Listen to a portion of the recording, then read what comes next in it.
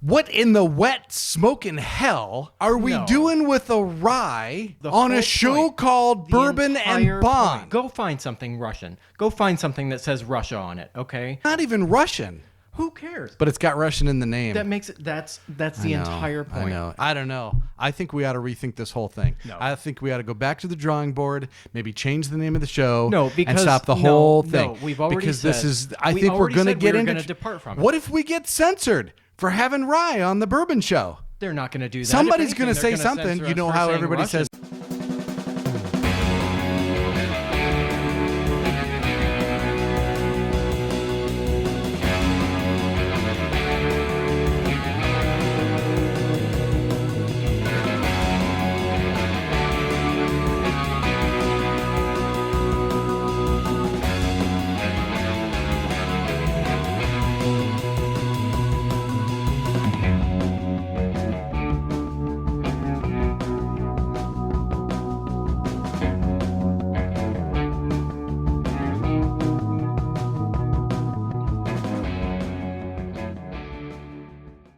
Welcome to Bourbon and Bond with the Boys. I'm Nick. I'm Dave.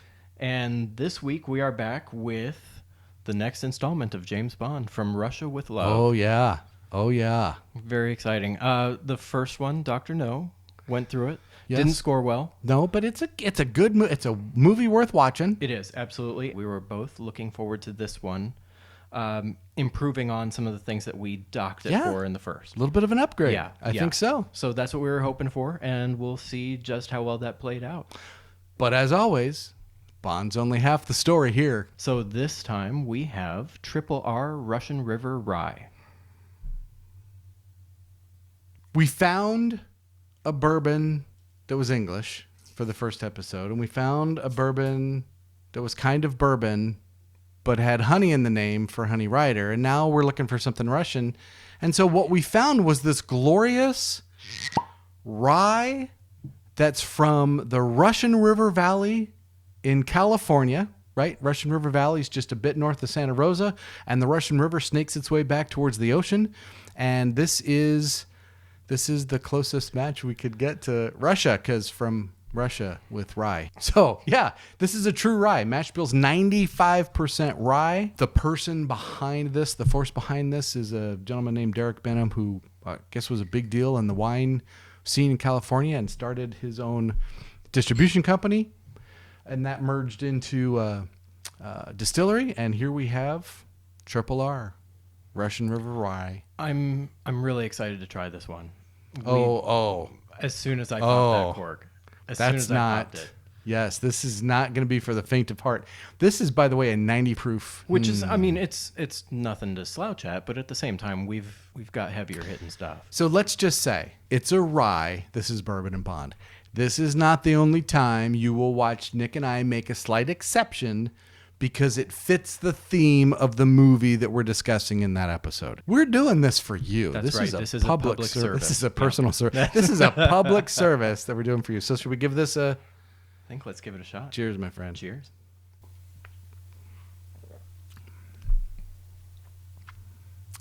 That's not playing around. That's glorious. That's got a big bag of knuckles on it. Oh, that's amazing. Good flavor. Good round flavor. I don't know about the aftertaste. I'm still thinking through the aftertaste. I love this. Do you? Oh, yeah.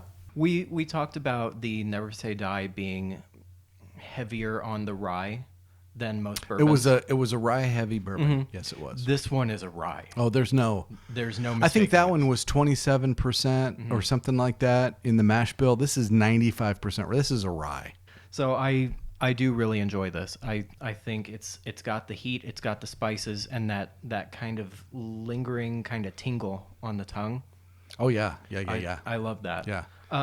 It's bold. Something that I didn't know of until I went to Ireland and did a whiskey tasting. Breathe in before you take a sip, swallow that sip, and then breathe out. That way you're not breathing in the alcohol fumes. That's what a lot of people get scared of, are those fumes that are just kind of lingering in their mouth, and then they take that immediate breath in, and it turns a lot of people off to whiskeys. So when doing that, you expel those vapors, and now you're getting more of the actual flavor of the whiskey. So I love this. This is good. And this is not something we've ever tried before. This is brand new to us. The bottle was new, but also this rye is new to us. All right.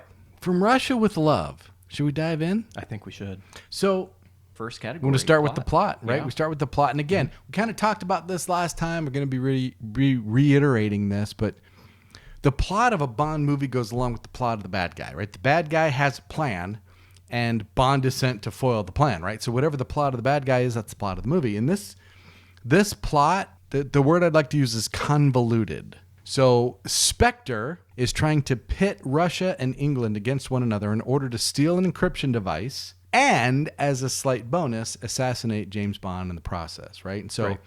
Blofeld, who is the head of Spectre, he's in the movie kind of, but you never see his face. We don't see his face. You only see him scratching his butt. I had to say it. He's playing with the cat. They got a guy to do the voice, and the voice is really good. Really kind of The a voice scary is good. Blofeld Yeah, voice, right? yeah.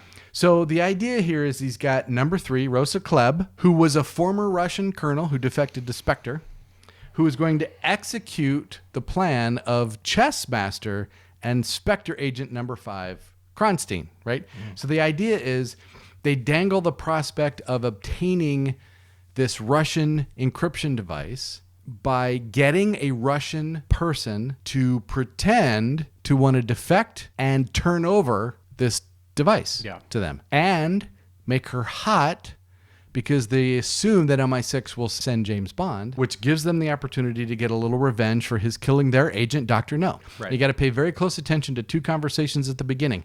They're in Blofeld's office, and Klebb is in there, and Kronstein's in there, and they talk about their evil plan because we need to know. Mm-hmm. And then the second one is when Bond is in M's office, and M is talking them through, this is obviously a trap. Well, it's obviously a trap. I know Obviously it's a trap, a but so let's we do have it to send anyway. Bond. Right, right. It's like, and this is something that, it was such a departure from Dr. No, in that in Dr. No, we didn't find out the true plot until the last bit of the movie. Yep. This one, we know exactly what's happening right up front. We have the backstory because they've given us that whole villain's monologue. Yep. Instead of waiting until it's time to kill the hero, they are now giving it to us as exposition. Yeah, now we're just watching to see how Bond will foil the plan, right? Yeah. Yes, it was a bit convoluted. Yeah. But it was a good story. It was a good story. I said complex, if not just a bit silly. Yeah. But as far as plot goes, I think we got it right at 5 out of 10. I think 5 is good. Yeah. Right? Not too hard on it, not too generous. No, absolutely not. Moving on now to James Bond. James Bond. We already know. It's 5s. We already know. He, again, is fantastic in this. He carries the role well. He looks the part. He pops off the screen. He seems a little more confident in this one. Probably because the actor's a little bit more confident in this one, right? He's got one under his belt. And it came He's figured it through. out. It came through in the delivery of his Dr. lines. No It made a came through- boatload of cash. Yeah, so he's, now he's really good. he's got a little bit more freedom. He's got a little bit. He's a little bit more relaxed. He's James Bond. Yeah, it was excellent. Yeah. So as far as acting is concerned, he got 5 out of 5. Yep. Masculinity, 5 out of 5. Yep. And hotness, 5 out of 5. Straight 5s. Yep. 15 points. All right. 15 for Bond. Okay, excellent. Moving on to the villain. Yeah.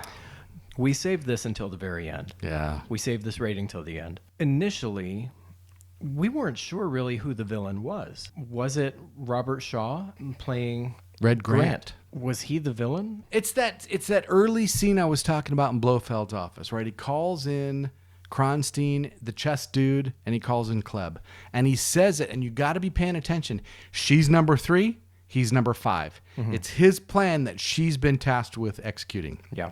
She's clearly in charge of this for Spectre. Yeah. So that's I think how we resolved It is. the dilemma. She's okay. So she's not scary and she's a little comical, but part of the blame goes to Mike Myers because I cannot watch her on screen anymore without thinking of Frau from Austin Powers movies. And you know what's strange? I don't think of her. I think of Rhea Perlman. That's who I think of. I think of Carla Is that where you in went? Cheers. Yeah.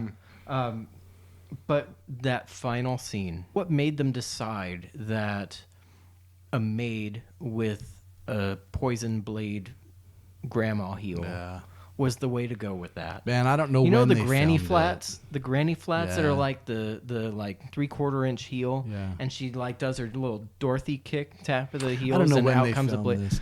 Everything man, that could go wrong went wrong. she's in this going movie. around with that little hop, skip, so and trying to kick him. Yeah. Man, and it just that sucked pretty hard. That was kind of a bummer. And because of that, regardless of what had happened throughout the rest of the movie, really, anything that led up to that was immediately forgotten, unfortunately. That's the lasting memory you get. Yeah, from trying to do that's this. what It's not good. stuck with me. Was this is the one with the knife shoe. With the knife shoe. And that sucks, right? Because it was an okay character leading up to this. She had a lot of interaction with Tatiana. She had a lot of interaction with the henchman. She at least loses Grant. 1 point for that, maybe more. She lost more. She lost more. I think we went 3 in the We end. did not.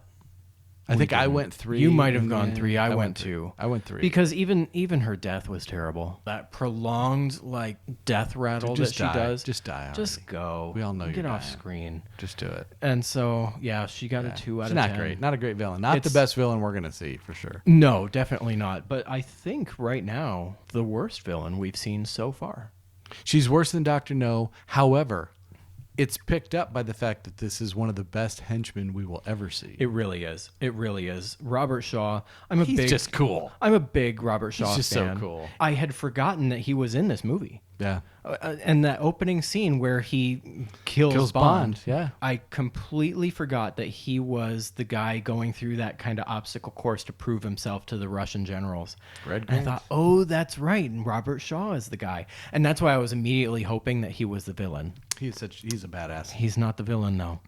So Just a great and the fight scene that he has with Bond, for 1963, man, that's violent. They were worried they were going to get censored because of how violent that fight scene is. Yeah. And you don't know. You start off a movie like this and you think Bond's going to win, he's going to kill the bad guy, he's going to survive, everything's going to be fine. But with this guy, you're like, oh, now I'm worried just a little bit because he's such a badass. Yeah. So 5 Yeah. points. absolutely. Totally 5 out of points. 5. He had to get all of them. Yeah.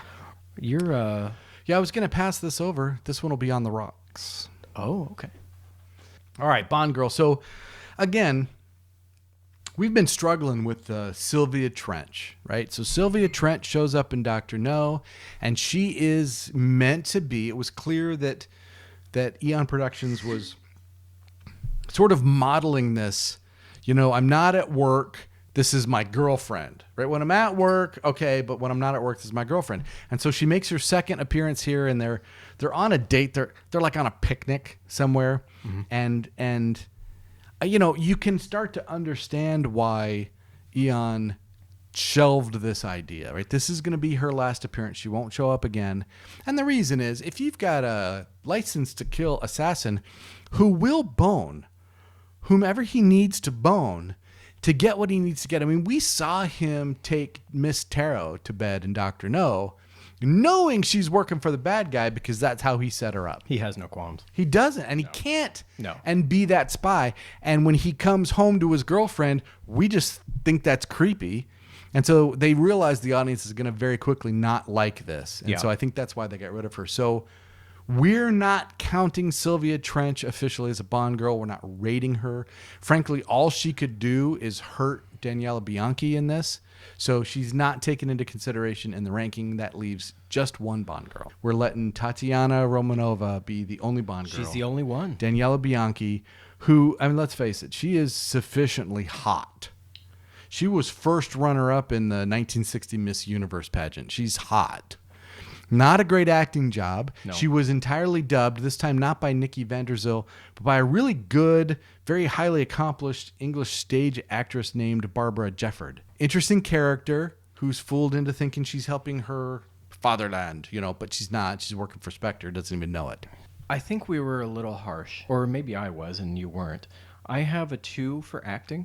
I do too. I think, and 2 I think is valid. For hotness, I have her as a 3. I went 5. Oh, I didn't realize that. Yeah, I went 5. Interesting. Miss Okay. Universe gets a 5. No, see, that was too generous. I was too harsh. We put Ursula at a 5. Ursula's at a 5. She And- can't get into the bed quickly enough. That's got to be worth a point. No, it's not. It's not. And that might be what takes her from a 3.5 on my page up to a 4. But she's not a 5. There's no way I can do that. Can I just say, this is good on ice. Yeah, I'm sure it is. I'm looking forward to getting there. It's nice on ice. pacing myself though. All right, I so- majored in nursing over here, my guy. You take your time with that. All right, so I've got her as a 2.53. You've got her as a 2.43. No, I have her as a 2.34 currently. Oh, Yeah, I put the character at a 4. so I might have my numbers wrong. I might be at a 2.54. Because her character is pretty good. I mean, it's a pretty complicated character. yeah. And when she's being tricked into working for Spec, I mean, she's literally being tricked into it. She's a little bit sympathetic. Yeah. So what do we think? We want to go with 2.44? And I'm going 2.54 because she's hot. Are you really? You're sticking to I'm it. sticking to it. You put this at an 11? Yeah. Wow. If we don't include Sylvia, I think Sylvia brings her down. Wow. If we were to add her in. Okay. Okay. That eyebrow, So- that weird eyebrow she's got. That's just awkward. All right. We're awkward. over that. We're over that. Okay. She reminds me of the alien, the fake human alien from Mars Attacks it's odd. 11 out of 15 for Bond girls. Yeah. Okay. All right. Action. There's a few things in this. That's not without its action. It's an Yeah. upgrade from Dr. No, It I think. starts with James Bond getting killed.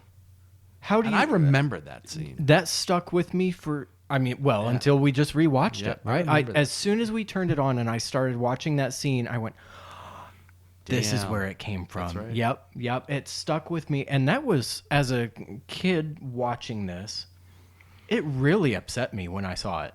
When they turned that body over and I saw that James Bond was dead, I was so bummed out about this. It's the last Bond movie. Yeah, and we're not even 5 minutes into this.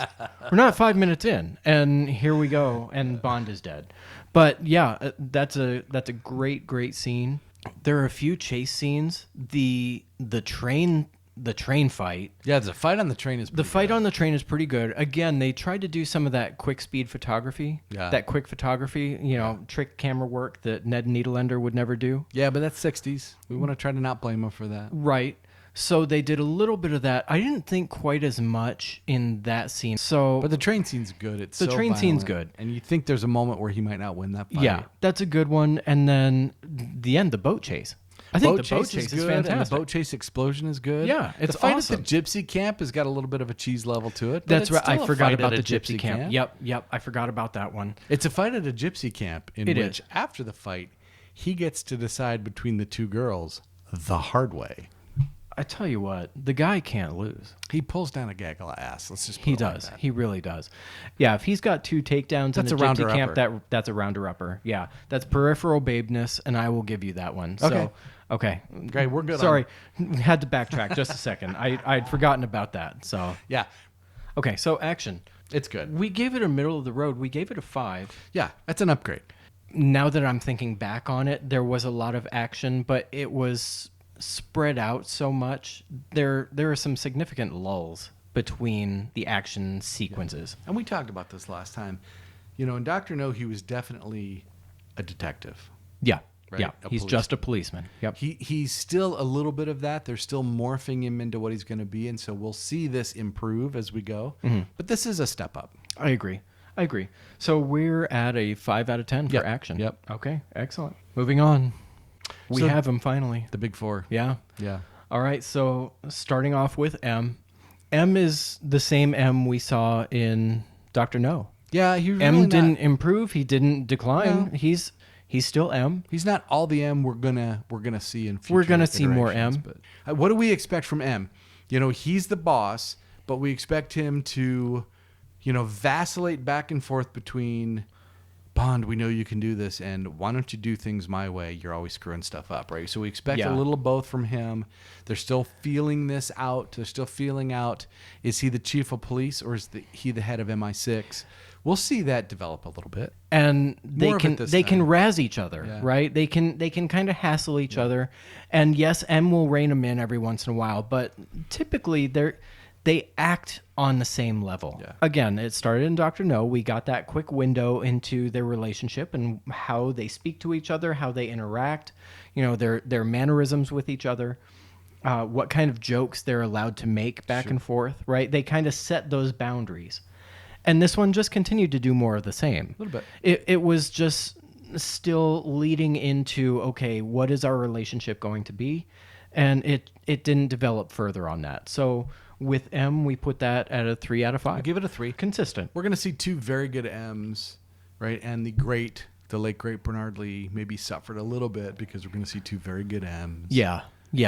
But I think still worthy. I think he rates higher in future movies, but Yeah, there are 2 that are immediately standing out in my brain as top level. Yeah. And Bernard Lee, rest in peace. Yeah. But unfortunately, when I think of M, I can't say it yet. No, Don't I can't say it yet. I can't say it yet. We're both thinking of the same person. M got 3 out of 5. 3 out of 5. Okay. Going to Q. Finally, we get Desmond Llewellyn. It's his first appearance, but he's still Boothroyd. He's not formally Q. He's not labeled Q Boothroyd. yet. He's the quartermaster. He's head of the Q branch. And because of that, Can't that's get the 5. only reason we get gave 5. him a 4 out of 5. So if he had been introduced to us as Q and not Boothroyd, because we already know he's not Boothroyd, right? So now he is a replacement Boothroyd, also from Q branch. A major improvement over the last guy. Agreed, but still not Q. So we wanted to, because it's Desmond Llewellyn, we wanted to give him the 5 out of 5. you can't do But it. because he's technically not Q yet, he loses a point, and that's a 4 out of 5. All right, Monty Penny's where we've made an error because we're expecting certain things from her that I don't think we're ever going to get. And we started to rate her harshly for listen, there is never enough Monty Penny. Never. She's someone special to him. And I feel like that's evident bit on a pedestal. on screen. Yeah, exactly. If you ever closed escrow on that, I don't think he'd ever recover. I think that's why he never does. That's right. I bet you're right. But we gave her a 4, and I think we made a mistake. I think this is one of her better appearances. It was an improvement. It's just not enough of her. No, and that was why we only gave her a 4. We need more. Yeah, and I think that's why we still stick with a 4. All right. Because we've been exposed to different Money Penny levels. We expect more screen time. We expect more conversation. More. Yeah. More flirting, more of And everything. we started at a 5, and because of the screen time and because we didn't get enough Money Penny. She's awesome. We had to give her a 4 out of 5. Yep. So, All right. She's cool. here it is again. Oh my gosh. I don't know. I think it's because of Jack Lord. Jack, we're not giving you top billing. What are you thinking? Right? You're Felix Leiter. This isn't a Felix Leiter movie. No, this is not Ian Fleming's Felix Leiter saves the Bond. This is James Bond. Very often, when you have a lighter-less movie, Bond gets a cohort. We're calling him. Yeah, that's fair. Right? There's somebody he partners with, usually a dude, but some person that he partners with who's usually another agent. Maybe they're MI6. Maybe they're from another agency, from an allied government. But he often does that when there's no lighter. In this movie, we have one of the better ones. I think maybe number 2 all time in Kareem Bey. He kind of fills that role of helping good. Bond. And so I'm negotiating with Nick right now on coming up with a rating system of coolness, amount of help, and badassery. And Kareem rates pretty highly. I think number 2 all time. He We'll does talk about do number 1 soon. does do well. Yeah. We're not changing our scale. I'm just saying that right now. We're just going to keep talking about We're it. not changing the scale. Kareem Bey. I've done the overlays before. Let this be an overlay. We're not changing the scale. There it goes. Quick word about the actor Pedro Armendariz. Got sick during the filming. Didn't realize he was sick until they started filming. Got very sick during the filming. In fact, if you watch closely, there are times when they're propping him up from behind because he's having trouble standing. Is that right? He was so sick, but he did not want to quit. He wanted to finish the movie. And not long after filming ended, he passed. So he just toughed it out. He toughed it out for all he could and finished. So super cool. I had no character. idea. Love Kareem Bey. That's a great story. Yeah, tough dude. Yeah. That's and a good character. that's awesome. All right, so the big 4. Where's that leave us? That puts us at, let's see. I think I it's have 11. 11. Yeah, because no 11 out Felix of 20. is 0 points. Yeah. Right? Yeah, that hurt him. So next, the credits montage, the song. I don't remember the song. The song is mostly instrumental. Okay, that's what I thought. It actually shows up, I think, twice during the movie, just a snippet of it with somebody crooning the words along with the song. But when they play it in the opening credits, it's acoustic. And it's not one of those songs you're going to be singing around the office, but No. boy, it does have a Bond feel. It's driving, it's got the mood, it's got the feel, it's got the energy of a Bond song. Absolutely. And so it deserves credit for having that punch to it. And I Yeah. think we gave the song a 5 for and this has being a Bond song. Yeah, absolutely. And we finally arrived at a real credits montage. a Bond This is what it's supposed to be. Yeah. So we have a decent Bond song. Then you have the belly dancers. You've got the silhouetted women. You have So this is where we were a hint at what you are supposed to have. Yeah. It's not what we picture, right? Being 2024, it's not what we picture as a Bond intro, but you accept it because you have curves, you have dancing women, you have certainly more skin than what was in Dr. No. Yes, and in 1963, what else do you have to compare it to? You have Dr. No. So for song, we gave it a 5 out of 10, and for visuals, we gave it a 5 out of 10. Which was generous, right? This isn't naked silhouetted women dancing around doing stuff. This was actually, just kind of faded, but actual girls, but they're Yeah. not naked. They're scantily clad. Yeah. And the credits are either they're projected over their bodies or on their bodies, which is, a little awkward. It's kind of like you started a podcast where you want to drink booze and talk about movies, and you didn't have tables. So you just started it in chairs. And then later you grow up and you realize, oh, what we need is tables. Right. It's like that, right? Yeah. So this is the we didn't have tables version of it, and we'll see the tables version later. All right, so total of 10 points for the credits montage, 10 out of 20. Next. Moving to the Bondness of the movie, I'm struggling a little bit with the booziness of the movie because he doesn't order any friggin' martinis. He doesn't have Dom Perignon. He doesn't even have unnamed champagne. Does he drink anything? I don't think there's any booze. Did they drink at the gypsy camp? I don't remember them drinking at the gypsy camp. So if they were drinking, it's not memorable. I was trying to look for maybe a 1 somewhere. I didn't get a 1. Also, not really great as a quotable movie. I can remember one really good line from this. It's after Karim Bey kills the Russian who tried to kill him, and he says, that'll pay a lot of debts. And he walks out of the screen. And She should have kept her mouth shut. Bond good. drops that line. It's That's a good. good line. Yeah. But that's one. No, There's give it a nothing one. I could really take. Yeah, give it a I 1. wish I could. It was a little weak there. 1 out of 5 for quotability. Yep. Bummer. Now, while there aren't a plethora The of suitcase gadgets, alone. The suitcase The alone. briefcase is like 17 gadgets in one. And the then- briefcase is a 5 by itself. It really is. It's awesome. It really is.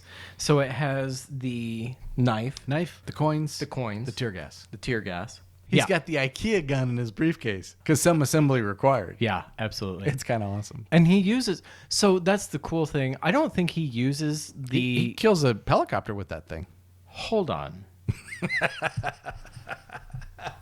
I don't think he uses the gold sovereigns. I'm trying to think of what he uses. He in gives the them. He uses them briefcase. to bribe Grant so that for he can extra couple try seconds. to open the other one. Correct. That's right. Okay. Correct. He tricks him into opening the other one. Okay, but the other items in there he uses He uses the gun. himself, right? He uses the knife. He uses the knife to stab him in Grant. the arm, right? And that's how he wins the train fight. He uses Grant's own Garrett watch Yep. to Choke him out. choke him out. He uses the tear gas to initially stun Grant. Yeah. And that's the only way he wins that fight. He uses them all. frankly.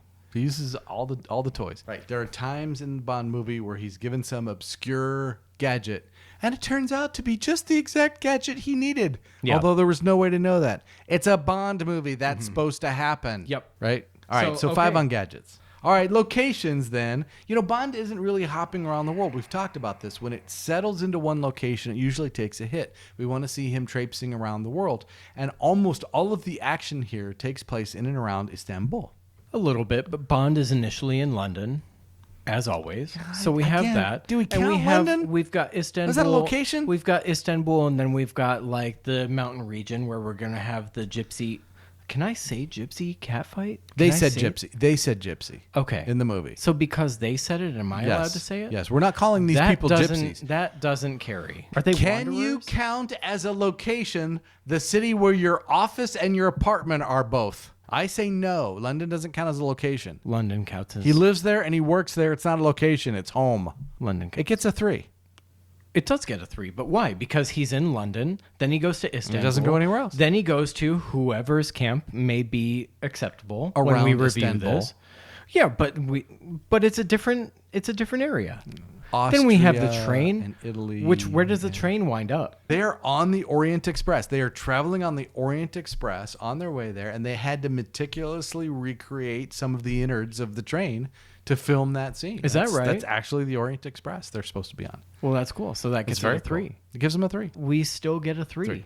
So there we go. 3 out of 5. This so one will that be- brings us to... This will be quick and easy. I hate doing Goose this. egg. No Aston. There was no car at all. This one sucked for a car. This... Goose egg. Yeah. I mean, there's no justification. There was no, like, maybe the Alpine Series 2. There was nothing that we could do about this. It's just a The straight... Alpine Sunbeam Series 2 scored higher. No, it did not. It still We got gave a it a 0. 1. We gave it a 1. We did We not. had to give it. We did not. I gave it a 1. You might have. We sure didn't in the video. I gave it a 1 for the Alpine Sunbeam. yeah, sure didn't. This one scored the exact same as the Alpine Series 2 by not even showing up on camera. Wow. It gets a 0 out of 5. So that's 9. So that That's a 9. That's bad. that's 9 out of rough. 25. That's low. 9 sucks. Okay, and keep in mind, there is, and I can't remember the name of the actress. Kareem Bey's got a girlfriend, and she's not in the movie very long, but she is smoking hot. Mm-hmm. There's not a category for that, so they don't get points for that, but they should. There's peripheral babeness. We take that into account. Peripheral. That's she's they don't need to know that. She's- hey, need you here, guy. Need you here. she's so hot. That's for us. Yeah. Okay. Okay. That's for us. Okay. Okay. Great. All right. So production quality. It was a bump up. It's a little bump from Dr. No. Not It's huge. It's a little bit. Not huge. No, but a little bit. Yeah. They risked and rolled the dice. Mm-hmm. You know, when you make Dr. No, you have no idea if English audiences, but more importantly, American audiences, where the money comes from. You don't know. They had no idea that James Bond was going to take off in Japan. They didn't know these things. So they were rolling the dice making this movie, and it was a hit. Now they're thinking, oh, we've got a good thing going, and they're starting to free up and start to take some steps, and we'll see that increase. And we'll see Goldfinger, and we'll see Thunderball, and we'll see You Only Live Twice get bigger and bigger and bigger. Right. They're realizing that the investment is worth It's it. worth it. And it got a good thing going. does start to pay off. I believe that the 60s is a step up from that period of time when the 70s were starting to become the 80s. It wasn't fully the 80s and it wasn't still the 70s. That weird 78, 79, 80, 81, that was awkward. And we're going to have some awkward things to discuss No, we're gonna get there in a few but not episodes. Yet. Not So- yet. But the 60s weren't bad. It just, they didn't have all the technology, and I think they did the best That's with because that. they couldn't afford to be as bold as they were. That was the problem. Right. We'll get into this. Right. In the 70s transitioning into the 80s, Yeah. they got too bold. Right now, we can't be too bold. Right now, we're Can't still afford to be too bold. We're still trying to make sure our audience is following us. Got to make a good movie. Right, because we've changed so much. Yeah. When I say we, obviously I mean the Eon film, the Productions. filmmakers themselves. This has changed so much, and they had to make sure that these changes are going to be an improvement. Is Yeah. this investment going to be worth it? So this is a slight bump. We give it a 5. Do you have off the top of your head the budget? Do you have the budget? For Oh, this? I don't have the budget in front of me. I know it was I'm gonna go looking. was I'm gonna go low. digging. So it was I'll- really low. I'll be on the side. So right now we think of a modern day production, and somebody spends $30 or $40 million for like, oh man, well they did what they could do, right? A big budget action movie like. What's the modern day James Bond? If it's not James Bond, it's Mission Impossible, right? So what did they spend on the Daniel Craig Bond movies, and what did they spend on Mission Impossible, right? You're not spending $150 million. It's a lower budget movie, right? So I think they spent $3 million or something on Dr. No. And what they spend on From Russia? $2 million. Yeah, So what was the budget for Dr. No? It had to be $1 million. Had to be lower. I think it was something like 1.6 or something was low, like that. yeah. Yeah. So they're still hedging their bets just a little bit. Remember, at the base of this, right, we're talking about Eon Productions. Eon Productions is a dude and another dude, right? So Albert Broccoli rolled the dice. He got into a partnership, might be overstating it, with the guy who owned the rights. He's got the Desire, the production company. They're just making this up. They're building this from scratch, right? So kudos to them, but they're still working with a very small amount of money and producing a very watchable movie with that small amount of money. What this says, gross revenue, $24.81 million. Off a $2 million investment. That's amazing. That's amazing. Yeah. You know, That's more than 10 times what you spent. obviously the changes that they made were worth it. Yeah. And I think we started to see this, and this is why we built the grading sheet the way that we did. Yeah. They're realizing early on, very early on, what went wrong. Let's fix it. Where can we improve? And when they make those improvements, that's when we realize, okay, that's what really makes a Bond movie. Because they fixed it early, and because they incorporated it, and that's going to stick with us, now that's what makes Bond. So this is fantastic. I had no idea that it had that kind of return. Yeah, and Dr. No did really well too. Dr. No earned 3 or 4 times the investment in just its initial release. So the movies did really well, and that's why we have more movies, and thank goodness for that. And again, you know, Sean Connery was far from their first choice, right? They did not say, oh, you know what we need for this is Sean Connery. Yeah. They interviewed they screen tested a lot of actors for this. They didn't, I mean, Ian Fleming reportedly didn't want Sean Connery at first. So what stars have to align for you to end up with exactly the perfect actor to play James Bond to start this off with, right? Yeah. Just an amazing thing. Yeah. And so that's why we're here getting liquored and talking about Bonds. That's exactly right. That kind of rounds out why we put production quality at a 5. It's a bump. I think it might have deserved a little bit higher, but because of some of those scenes, the fight scenes, they were filmed poorly. Yeah. And we'll get better, but right now we're not there just yet. So we're gonna put production quality at a 5 out of 10. Yeah. So they were doing better with very little increase in income. Oh, absolutely. And everything, if you read Absolutely. about this production, everything that could go wrong went wrong. They were losing, they had Yeah. delays in the script. They were losing key staff, crew off the movie. Everything that could go wrong. You know, Pedro Armendariz getting sick. I mean, they just had a ton of issues. So kudos. All right, X Factor. This is where we wrap it up. Last one. I remember the killing Bond scene. That sticks with you. Absolutely. Right? Yeah. Cream Bay is a great extra character. There's peripheral babeness. It's a slightly better movie. It doesn't have the gravitas of being first, so we can't just automatically bump it all the way up to 10.